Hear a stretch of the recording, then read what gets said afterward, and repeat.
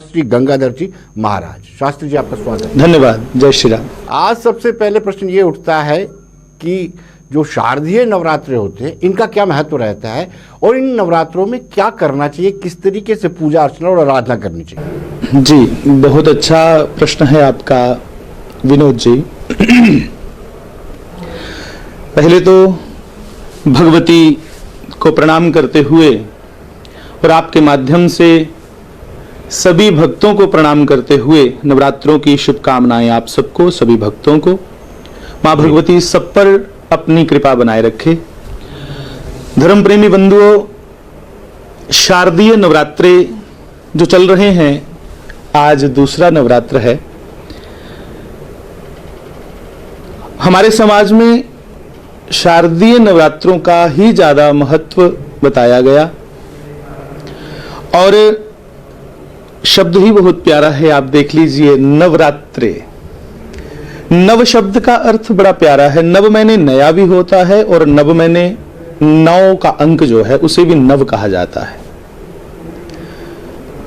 सभी, मैं तो कहूं नौजवानों से मैं विनती करूंगा, जितने भी मेरे प्यारे भाई बहन हैं, कि कृपया इन नवरात्रों में आज तक हमसे जो भी भूलें हो गई सो हो गई, आज से हम अपना जीवन बड़ा नवीनता पूर्वक नए से शुरू करें।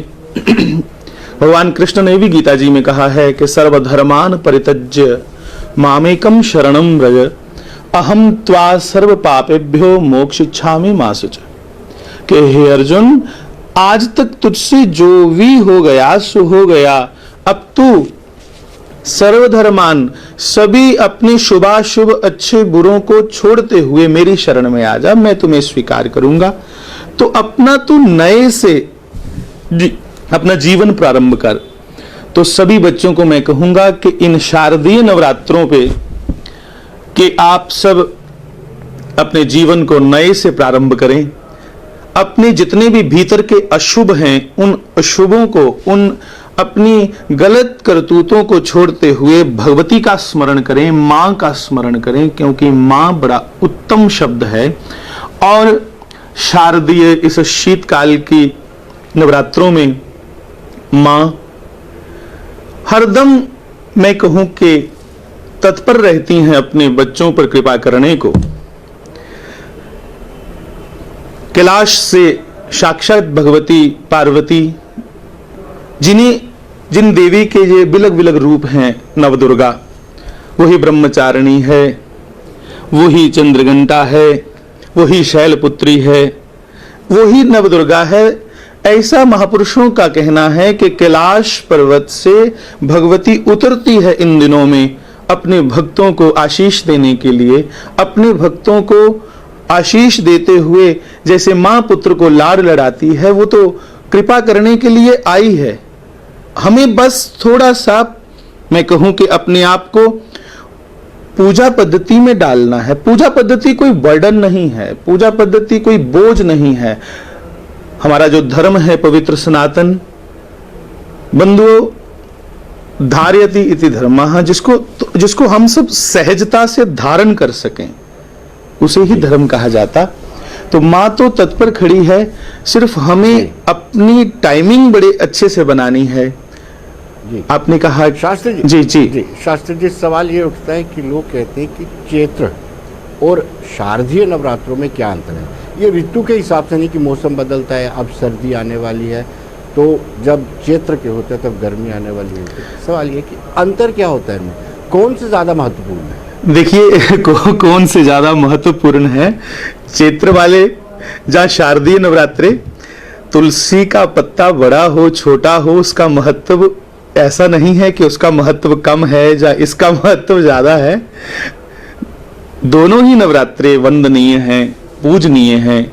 दोनों ही शक्ति संपदा से, श्री संपदा, जिसको गीता जी में, भागवत जी में दैविक संपदा कहा, उस संपदा से भरपूर हैं दोनों नवरात्रे, चैत्र के भी और ये शारदीय नवरात्रे भी। चैत्र नवरात्रों की शुक्ल प्रतिपदा से हमारा नव वर्ष शुरू होता है जी। और देखिए, दोनों ही समय मौसम बदल रहा है, वैज्ञानिक तौर से अगर आप सोचें, एक समय पे गर्मियों का आगमन है और एक समय पे सर्दियों का आगमन है। दोनों ही नवरात्रे वंदनीय हैं और दोनों ही नवरात्रे जो हैं, जब मौसम बदल रहा है, चैत्र में भी और अब अक्टूबर में है इस बार, तो उस समय वैज्ञानिक लोग भी कहते हैं कम खाओ, डॉक्टर भी कहते हैं कम खाओ और इतना खाओ जिससे आपको आलस ना आए और आपके शरीर में फजूल के टॉक्सिन्स जहां फैट्स ना जमा हो। तो हमारे शास्त्र ने उसको धर्म से जोड़ दिया, उसको पुण्य कार्य कह दिया कि आप इन नवरात्रों में नियम पूर्वक चलें और इस ढंग से चलें कि आप दिन ब दिन इन 9 दिनों में ही कुछ ऐसी अभ्यास, कुछ ऐसी प्रैक्टिस कर लें कि आपका पूरा जीवन बड़ा सुंदर तरीके से व्यवस्थित ढंग से चलना शुरू हो जाए। जैसे भगवान शंकराचार्य जी महाराज ने कहा,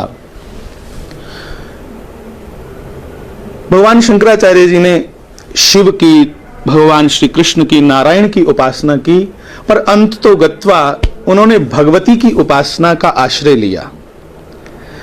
और उसमें भगवती की उपासना जब उन्होंने की तो सीधा सीधा कह दिया कि हे मां जगदम्बा, जैसे एक बिगड़े हुए बच्चे की जितनी जल्दी मां सुनती है और मां उसके अवगुणों पे पर्दा डालती हुई उसको सुधारने की कोशिश करती है, अवगुणों को बड़ी जल्दी जानती है कि इसमें ये अवगुण है, फिर भी उसको अपनाती है।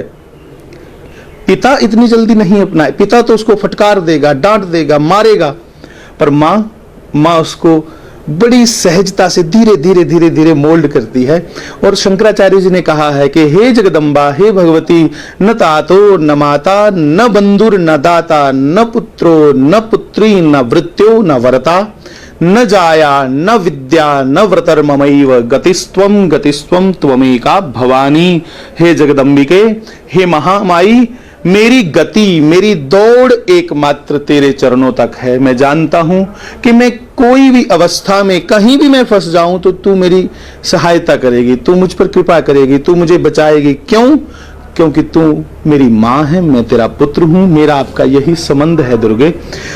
तो भगवान शंकराचार्य ने कहा कि जितनी जल्दी मां मान जाती है, इतनी जल्दी परमात्मा नहीं मानेंगे। इसलिए मां का आश्रय लिए बिना ईश्वर को मनाना कठिन हो जाएगा।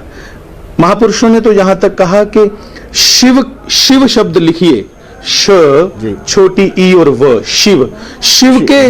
शिव शब्द से आप ई को हटा लीजिए। ई जो है शिव के साथ ई शब्द जो वो शक्ति सूचक है, शक्ति सूचक। शक्ति मीन भगवती दुर्गा, शक्ति मीन पार्वती।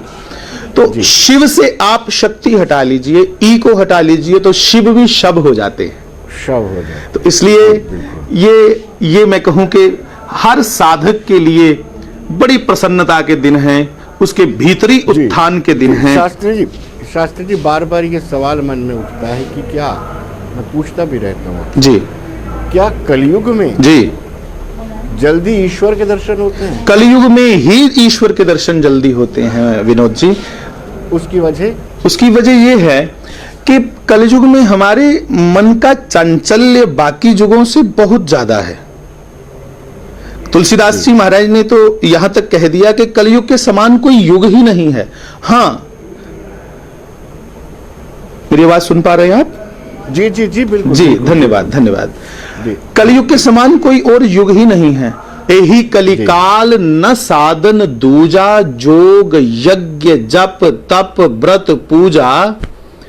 ये जितने भी पहले के मैंने 6 कहे, योग यज्ञ जप तप व्रत पूजा, इन सब में कोई ना कोई हमें गाइड करने वाला चाहिए। योग के लिए अगर कोई अच्छा टीचर, अच्छा गुरु नहीं हमारे पास, तो योग गलत करोगे तो रोग हो जाएगा, बीमारी हो जाएगी। यज्ञ के लिए अगर अच्छा आचार्य नहीं है, कोई कर्मकांड करवाने वाला अच्छा नहीं है, तो यज्ञ दोष भी लग सकता है यज्ञ करने से। जप और तप ये तो मेहनत के काम है भैया, कलयुग में कौन करेगा? और व्रत, व्रत का मतलब नियम है। अब नवरात्रे चल रहे हैं, सब लोगों ने व्रत रखे हैं, भगवती सबकी कामना पूरी करे, भक्ति दे, सबसे बड़ी कामना है ईश्वर भक्ति, और कामना मुक्त करे, व्यक्ति कामना मुक्त होकर जिए, यही आशीर्वाद है सबसे बड़ा। तो मैं कह रहा था कि व्रत, व्रत का मतलब मैं ये कहना चाहता हूं आपके माध्यम से पूरे समाज को कि व्रत का मतलब नियम है, कोई एक ऐसा नियम लेना। व्रत को उपवास भी कहा जाता है। कैसा नियम लेना कि हमें लगे कि हमने उपवास किया है। उपवास का मतलब ये नहीं कि मैंने चावल नहीं खाए तो 2 थाली भर के आलू खा लिए। कोई गुस्सा ना करे इस बात का, कोई श्रोता, कोई देखने वाला दर्शक।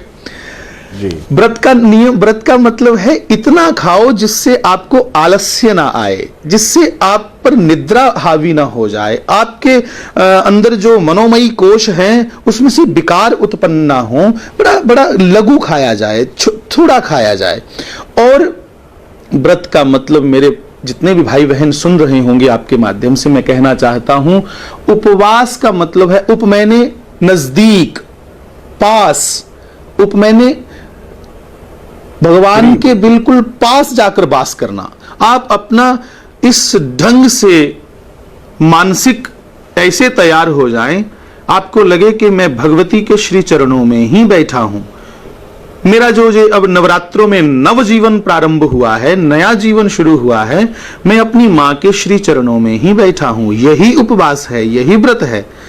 और व्रत में अगर कोई व्रत रख करके, मान लीजिए किसी ने व्रत रखा है और बहुत कड़े नियम लिए हैं, थोड़ा खाना, बिल्कुल जागरण भी करना, और अगर वो बार बार झगड़ा कर रहा है अपने परिवार में, बार बार अपनी पत्नी को आंखें दिखाता है, बच्चों को आंखें दिखा रहा है, क्रोध उसके भीतर भरपूर पड़ा है, तो मैं कहूंगा ये भी व्रत का नियम खंडन है। इससे भी व्रत। शास्त्री जी, इसमें भी एक सवाल उठता है। जी जी। हम उपवास की बात करते हैं, व्रत की बात करते हैं जी। शरीर में जीवात्मा होती है जी।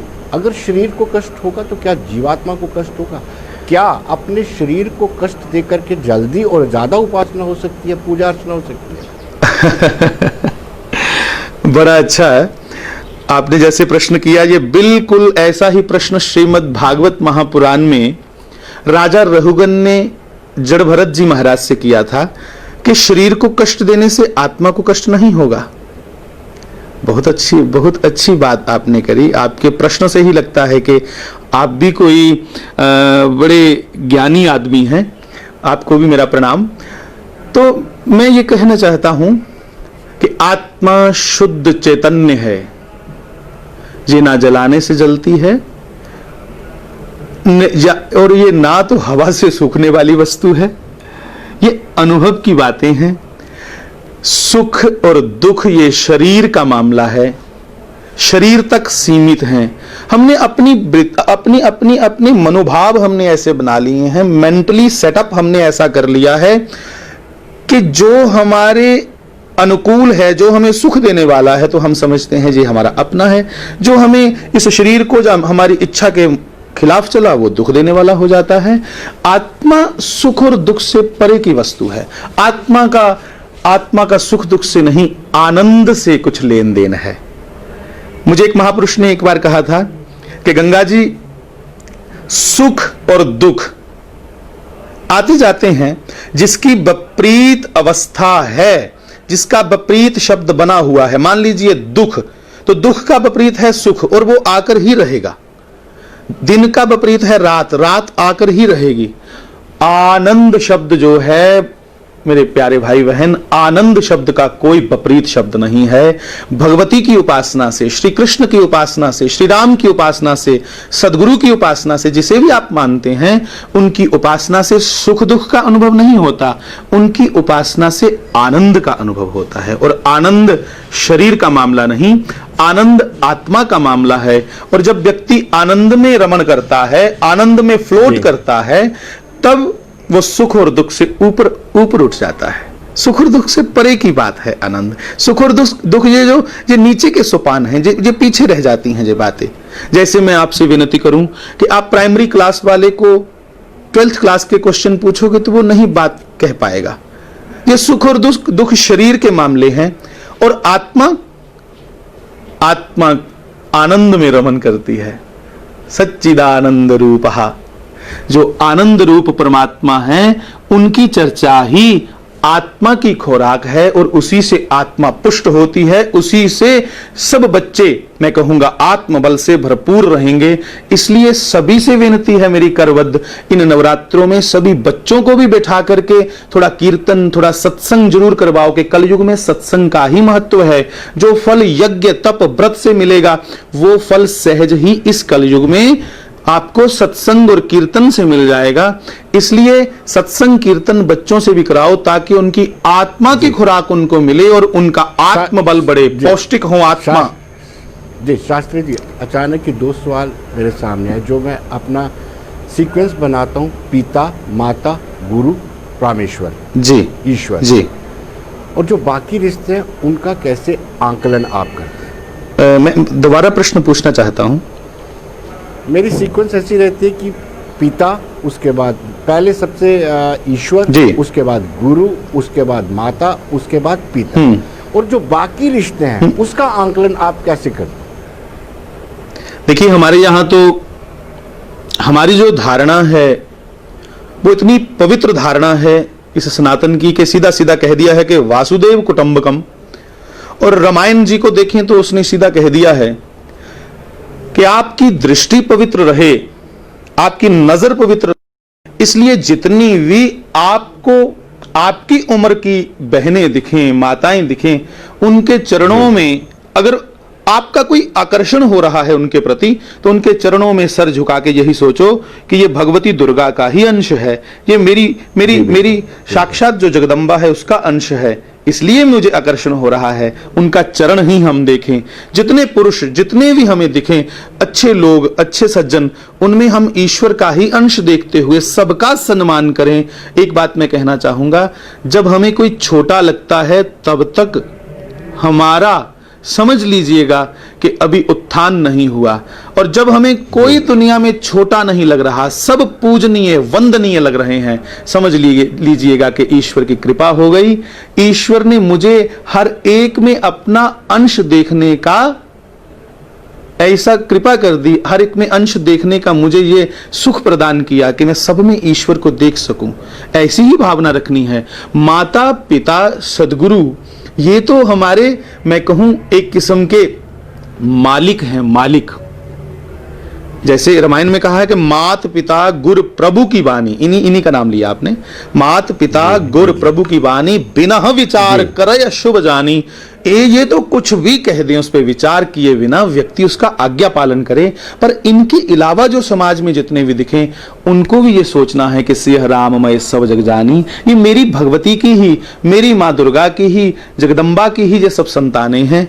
इसलिए सबको मैं अपना भाई बहन मानता हुआ वासुदेव कुटुंबकम की भावना से ये सभी मेरे भाई बहन हैं, क्योंकि जिस श्री कृष्ण का, जिस माँ दुर्गा का मैं पुत्र हूं, उन्हीं के द्वारा इनकी रचना की गई है। इसलिए इन सबको मेरा प्रणाम। शास्त्री जी, आपने कहा कि कलयुग में सत्संग बड़ा महत्व जी जी, क्या कलयुग में वेदों का ज्ञान और वेदों का प्रचार, हवन यज्ञ, इसका भी महत्व है? बिल्कुल बिल्कुल बिल्कुल। वेद तो साक्षात ब्रह्म है, वेद तो साक्षात ईश्वर हैं। पर मैं कहूं कि देखिए, वेद अगर मान लीजिए वेद हमारी समझ में नहीं आते, उनमें कुछ ऐसी टिपिकल बातें हैं, तो उनको सरल करके महापुरुष लोग हमारे तक पहुंचाते हैं वेदों को। वेदों का बड़ा महत्व है। वेदों के श्रवण से, देखिए आपने बहुत बार अनुभव किया होगा कि वेद मंत्रों का उच्चारण हो रहा हो, उनको सुनने से ही हमारी मनोवृत्तियां बदल जाती हैं, सिर्फ सुनने से। वेदों का प्रभाव बहुत है, पर वेद, मैं ये कहना चाहता हूं कि उनका प्रभाव बहुत है। हम इतने सामर्थ्य नहीं रखेंगे सब लोग दुनिया के कि वेदों को सीधा पढ़ सकें। हमारे अंदर इतनी योग्यता नहीं, इतने सक्षम नहीं, इतने ज्ञानी नहीं। इसलिए सत्संग जो है, मैं कहूंगा कि वो वेद रूपी वृक्ष का फल ही सत्संग है। राम नाम सभी शास्त्रों का, वेदों का सार राम नाम है। आप इस कलयुग में अगर कीर्तन करें तो मैं यही कहूंगा कि वेद रूपी वृक्ष का सीधा फल आप पा रहे हैं, फल का पान कर रहे हैं। ये वेद का ही प्रसाद है जो सत्संग है। शास्त्री जी, इन शारदीय नवरात्रों में कन्या पूजन होती है, इस कन्या पूजन का क्या महत्व है? और जब हम कन्या पूजन करते हैं, औपचारिकता निभाते हैं जी प्लास्टिक की प्लेट लाई, उसमें हलवा डाला, जी ये किया वो किया, आजकल तो उसमें भी बहुत सारा बदलाव आ गया है, कुछ गिफ्ट्स वगैरह दिए जाते हैं। इसका कोई ऐसा तरीका बताएंगे कि किस तरीके से किया जाना चाहिए? कन्या पूजन देखिए, जी इतनी प्यारी परंपरा आपको कहां और मिलेगी कि हमारे यहाँ जी मना ही नहीं किया गया कि आप इसमें ईश्वर ना देखो। मैं थोड़ा क्रमशः कहूंगा, बारी बारी कहूंगा, सुनिएगा। अगर कोई वृक्ष दिख जाए तो हमारे यहां कहते हैं कि इसको प्रणाम करो जी, पीपल है, इसमें ब्रह्मा है, गीता जी में लिखा है कि अश्वतः सर्ववृक्षानाम देवऋषि नाम च नारद। अगर कोई आदमी दिख जाए तो कहते हैं प्रणाम करो जी, हमारा पुरोहित है। अगर कोई जंगल में जानवर दिख जाए तो कहते हैं जी माता जी का शेर है, इसको भी प्रणाम करो। दूर चलो जंगल में नहीं, चिड़ियाघर में तो देखा, उसको भी लोग प्रणाम करते हैं। अगर गाय दिख जाए तो जय हो जी हमारी गौ माता है। पानी दिख जाए, नदी बहती हुई तो गंगा का ध्यान करके, यमुना का ध्यान करके प्रणाम करो। अगर पत्थर दिखे तो जय हो जी कंकर नहीं, जय शंकर है। कुछ भी आपको दिखे इस पवित्र वैदिक हिंदू परंपरा में, तो आप उसमें ईश्वर ढूंढने की चेष्टा करते हैं। मैं विनती करूंगा समाज के लोगों से कि ये नैरो नेचर नहीं, ये ब्रॉड नेचर है, ब्रॉड नेचर। हमारे धर्म में हर उस वस्तु को, हर उस शय को ईश्वर कहा जो सृष्टि संचालन में, सृष्टि पालन में सहयोगी है। वो सब ईश्वर का रूप हमारे यहां वेदों ने उसको आज्ञा दी कि उसको मानो, इससे आपकी सृष्टि, आपके समाज को सहयोग मिल रहा है। पीपल को ब्रह्मा कह दिया क्योंकि पीपल, आप जानते हैं कि सबसे ज्यादा ऑक्सीजन देने वाला प्राणवायु सबसे ज्यादा हमें उससे मिल रही है, तो वो ब्रह्मा कह दिया। गाय के गोत्र में, गोबर में सैकड़ों सैकड़ों बीमारियों का उपचार है, तो गाय को माता कहा। वेदों में इसके और भी बहुत से लक्षण हैं, पर मैं ये कहूं कि कभी भी सनातन धर्म इतिहास देख लीजिए, कभी भी साइंस के साथ इस पवित्र धर्म का क्लैश नहीं हुआ। जो हमारे धर्म ने हजारों साल पहले कह दिया, वो आज साइंस कह रही है। 1950 से पहले कौन गया था सैटेलाइट के थ्रू जो ऊपर से बताता कि इतने बजे ग्रह लगेगा? ये आज तो न्यूज चैनल वाले बता रहे हैं इतने बजे ग्रह लगेगा जी, इतने बजे ये होगा चंद्र ग्रहण या सूर्य ग्रहण। हमारे यहां तो महाभारत काल से, उससे भी पहले मैं कहूं कि हमारे विद्वान लोग अपना पत्रा खोलते थे तो पत्रा में सारे नक्षत्र आदि सब कुछ देख करके तुरंत कह देते थे कि अमुक तिथि को, इस तिथि को, इस दिन इतने बजे ग्रह लगेगा। कौन सी सैटेलाइट थी तब उस समय? तो ये सारे का सारा विज्ञान भरा पड़ा है इसमें। इसलिए अगर मैं बार बार कहूंगा, स्वस्थ रहना चाहते हैं, मानसिक स्वस्थ रहना चाहते हैं, लोक और परलोक दोनों को सुधारना चाहते हैं, तो इन नवरात्रों में कृपया कृपया सभी भाई बहन और विशेषतः बच्चे, नौजवान भी ईश्वर भजन का सहारा लें। कन्या पूजन आपने पूछा, उसके लिए मैं सरलता से दो कहूंगा कि जैसे सब में ईश्वर देखने की एक विधा है, सोचिए इस धर्म ने आज जो कह रहे हैं, वुमेन एम्पावरमेंट की बात कर रहे हैं ये लोग, विदेशी लोग, जहां आज भारत में भी वुमेन एम्पावरमेंट की बात की जाती है। और देखिए कि हजारों साल पहले यहां पे बच्चियों को कन्या, साक्षात जगदम्बा का रूप समझ के हम लोगों ने, हमारे बुजुर्गों ने उनको प्रणाम किया कि ये साक्षात दुर्गा ही हमारे घर में आई है, साक्षात भगवती ही हमारे घर में आई है। और बिना शक्ति की पूजा के शक्तिमान प्रसन्न नहीं हो सकते, इसलिए कन्या पूजन का विधान बनाया गया। बच्चियों की समाज में कद्र हो, बच्चियां समाज में सम्मान प्राप्त कर सकें, इसलिए पैदा होते ही उनके चरणों को स्पर्श किया गया, कन्या पूजन का विधान बनाया गया। और मैं विनती करूंगा सबसे, जितने समाज के लोग सुन रहे हों, कि आजकल कन्या पूजन के समय जो चॉकलेट वगैरह से भी कन्या पूजन हो रहा है, आजकल चॉकलेट से, वही चीजें अजीब सी लगती हाँ, हाईटेक कन्या पूजन हो रहा है। तो मैं विनती करूंगा, आपने एक सर्च नया अमेरिका देश में हुआ और भी एक दो जगहों पे, उन्होंने सीधा कहा है कि बच्चा जमीन से मिट्टी उठा के खा ले, वो इतना नुकसान नहीं करेगी जितना एक चॉकलेट से बच्चे को नुकसान होता है,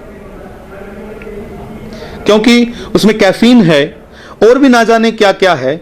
आप कन्या पूजन कर रहे हैं तो कृपया अपने घर शुद्ध देसी घी से, भले थोड़ा बनाओ, बहुत ज्यादा हलवा ना बनाओ, थोड़ा बनाओ, शुद्ध देसी घी से और बिल्कुल हाथ पैर बिल्कुल अच्छे से साफ करके मां भगवती को याद करके कि मैं हे भगवती तेरा प्रसाद बनाने जा रहा हूं, मुंह आदि भी थोड़ा ढक करके, आजकल तो मास्क सब लोग पहन रहे हैं, ये आज पहन रहे हैं, और हमारे महापुरुष का पुराने इतिहास को देखिए, बार बार हाथ रगड़ते थे, बार बार हाथ धोते थे, अशुद्ध हो गया मामला, सकरा हो गया, ये सब तब करते थे वो, कि बहुत जरूरी है शुद्धता पवित्रता। तो भैया आप सादगी से जो नियम बनाए गए हैं, कृपया उन नियमों के तहत ही, उन नियमों के जैसे बने हैं उसी के द्वारा ही पूजन करें। ये नया जो आप कर रहे हैं कि टॉफीज बांट दो, चॉकलेट बांट दो, ठीक है बांट। शास्त्री जी सवाल ये उठता है कि सो कॉल्ड सेकुलर कहें, सो कॉल्ड इंटेलेक्चुअल कहें, जो लोग उन लोगों की खिल्ली उड़ाते हैं जो गौ माता की पूजा करते हैं, जो पीपल के जल चढ़ाते हैं, जो पीपल को प्रणाम करते हैं, उनके लिए क्या संदेश है? जो लोग गौ माता के नाम पर खिल्ली उड़ाते हैं, जो लोग गौ माता की पूजा करते हैं और कुछ लोग उनकी खिल्ली उड़ाते हैं, उनको सो कॉल्ड इंटेलेक्चुअल और सेकुलर बोलते हैं। देखिए अंग्रेजी का एक मुहावरा है कि little knowledge is a dangerous thing. जा तो उनको गऊ के बारे में पहले पढ़ लेना चाहिए, फिर उसके बाद वो गऊ को पूजने वालों की और गऊ के नाम की खिल्ली उड़ाएं। मैं विनती करता हूं उन सब लोगों से जो सिर्फ दूसरे की निंदा इसलिए कर रहे हैं कि हम तर्क से उनको गलत नहीं कर सकते, हम तर्क के साथ उनको नीचा नहीं बता सकते, इसलिए चलो निंदा का सहारा लो, निंदा से ही उनको नीचा बताएंगे। और वो निंदा इसलिए ही कर रहे हैं महानुभाव कि वो जानते हैं कि सबसे ज्यादा वैदिक जो धर्म है उसके पास लिटरेचर है, वो हर बात का तर्क देने का साहस रखता है, इसलिए जब तर्क उनके पास नहीं तो वो निंदा का सहारा लेते हैं।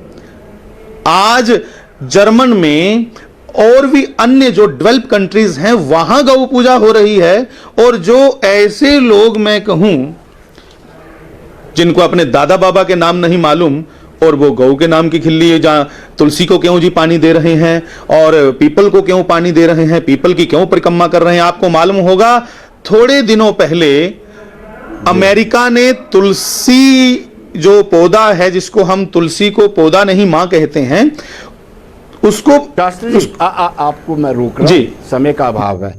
दर्शक ये जानना चाहेंगे आपके सफर के बारे में, यहां तक आप कैसे पहुंचे, कौन सी लाइट आपको दिखी, रोशनी दिखी? जी, यहां तक हमारा सफर कैसा रहा, मैं तो यही कहूंगा कि सदगुरु भगवान की कृपा से ही हमें जो आनंद उनके श्री चरणों में आया, हमें लगा कि शायद जो मटेरियलिस्टिक समाज है, जो भौतिकवाद है, वहां वो सुख नहीं है। क्यों?